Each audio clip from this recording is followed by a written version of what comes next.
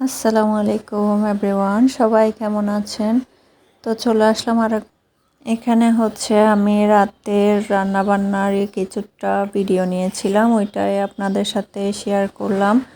তো ডাল করেছিলাম, এখানে করছিলাম আমি আলুর চপ। আমরা তো আলুর চপই বলে থাকি, কে কী বলে চিনেন এটা একটু আমাকে জানাবেন। হ্যাঁ, তো এখানে হচ্ছে সন্ধ্যাবেলায় অফিস থেকে আসার সময় আমাদের জন্য সাদিয়াস কিচেন থেকে শর্মা নিয়ে আসছিল, সেটাই আমরা মা মেয়ে খাচ্ছিলাম।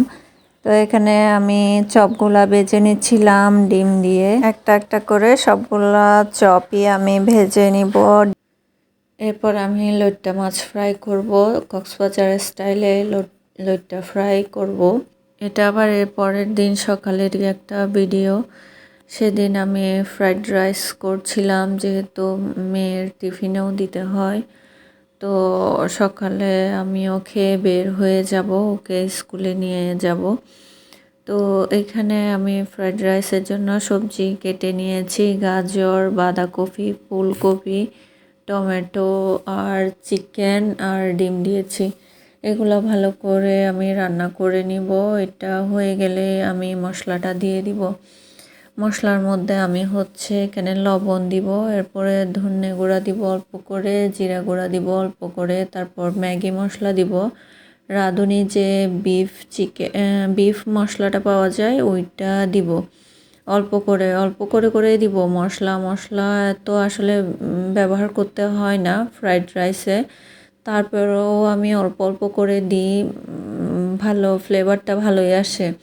তো এখানে টমেটো সস দিয়ে দিয়েছি, আমি সয়া সস দিয়ে দিব এরপরে, দিয়ে একটু রান্না করে নিব কিছুক্ষণ।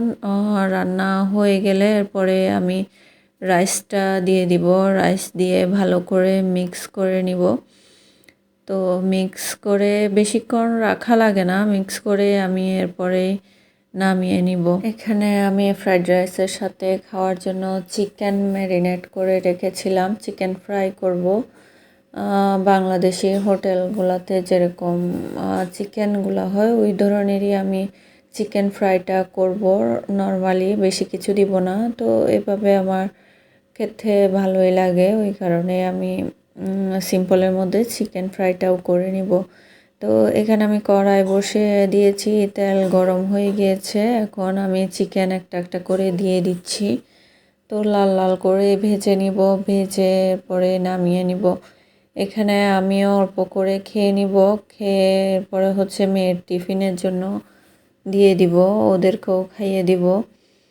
তো আসলে অনেকক্ষণই থাকা লাগে স্কুলে, যেহেতু বাচ্চাকে প্রথম দিলে ও মানে একা থাকতে চায় না, তো আমারও থাকা লাগে। তো এখানে চা বসিয়ে দিয়েছি, চাটাও খেয়ে নিব।